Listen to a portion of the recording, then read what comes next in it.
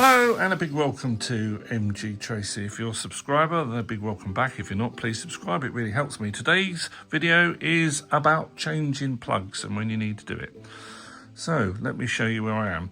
So this belongs to my little waffle maker, and I think what's happened with this plug is as you pull this out from the wall, it's ended a bit of play here. Now this is quite dangerous because you're starting to expose live wires.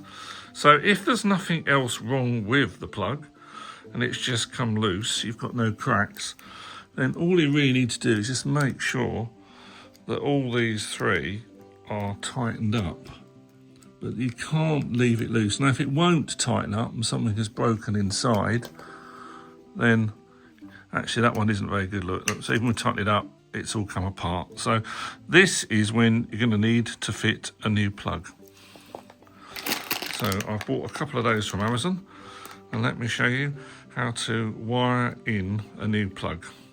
The other interesting story here is I met someone at the recycling centre who was throwing away a toaster just because that had happened and they didn't know how to fit or where to get a new plug. When I was a lad, everything was supplied without a plug, so you had to always fit your own plug. But now in the UK, it's the law that all new products come with a plug. So maybe that expertise of how to fit a new one and save the appliance has been lost through the years. Anyway, let me show you, it's dead easy. If you're unsure in any way, then you need to get hold of a qualified electrician to help you with this.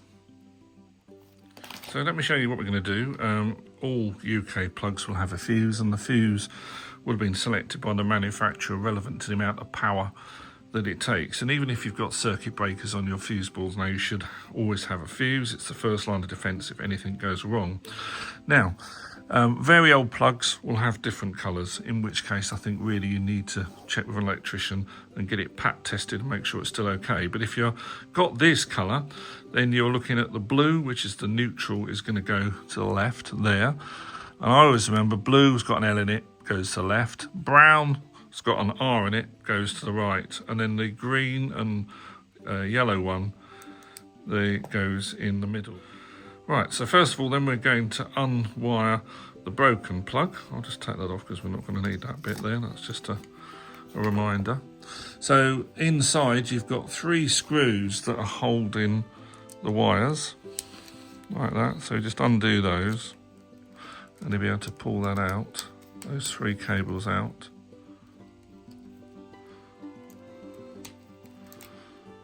So they will release the 3 cables, and this little bit here with these 2 screws is like a safety grip.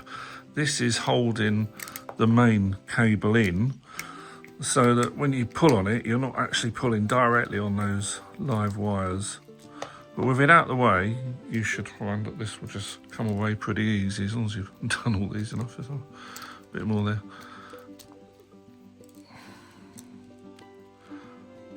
There we go, they're out. So because we've already used this, all the wires are cut to the right size. If you're starting from scratch, then you need to have a little different video because you're going to have to make sure you get these 3 wires. So I'm keeping them in their position, and I'll now just undo the next new plug.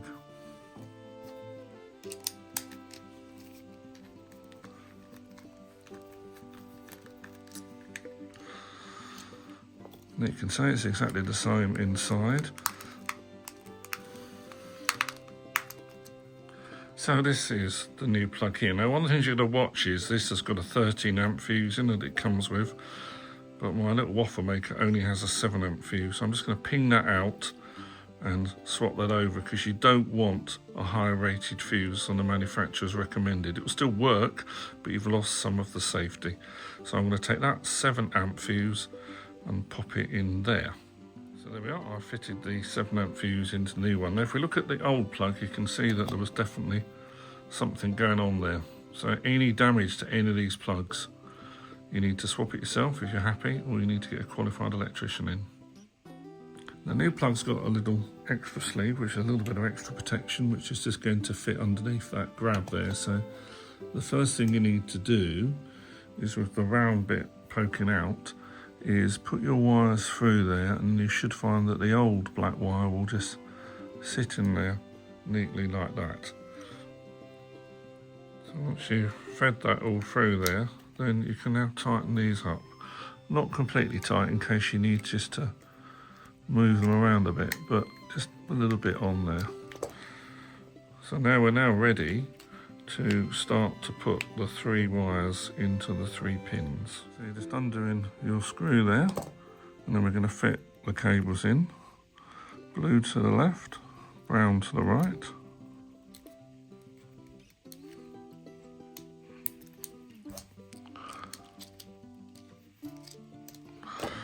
And your yellow and green cable going in the middle one. Now you need to make sure that goes in precisely there.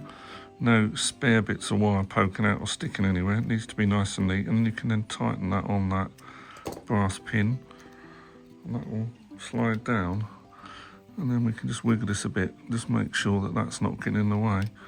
I'm now going to do exactly the same with the blue. There we are, I've put in the blue.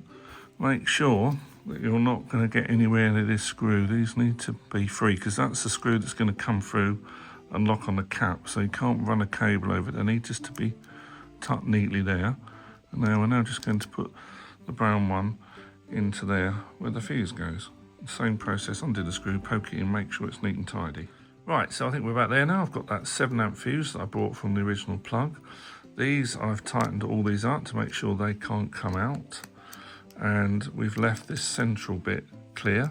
I've also, this is where the grip is, I've turned that over and I've tightened that. Now I'm an Amazon associate, so I'll put the links below for everything from my screwdrivers to these plugs.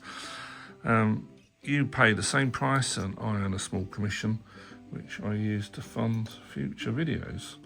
So right, we've now got the back for the plug that should just fit on very neatly if you've got it all right. There shouldn't be any gaps. Can you see that is really tight there? So now we've got one extra screw there. This holds the 2 bits of the plug together. Not too tight because you'll crack the plastic, but tight enough so there is definitely no wobble in that. So there we are, we've saved my waffle maker for another day. I'm not like the chap I met at the recycling centre. There was a whole skip full of electrical products, and I wondered how many of those were fine. It was just the plugs were damaged or the fuse was damaged in it. So for a few quid or a few dollars you can swap over the plug and as good as new. Right, all we need now is plug it in and get ready for some nice waffles. Okay, so there we are. Remember, if you are lost or confused anywhere, then please get a professional electrician to help you with any of this. So we're just going to now turn that on, and you can see the lights that come on. So we're okay for waffle making again.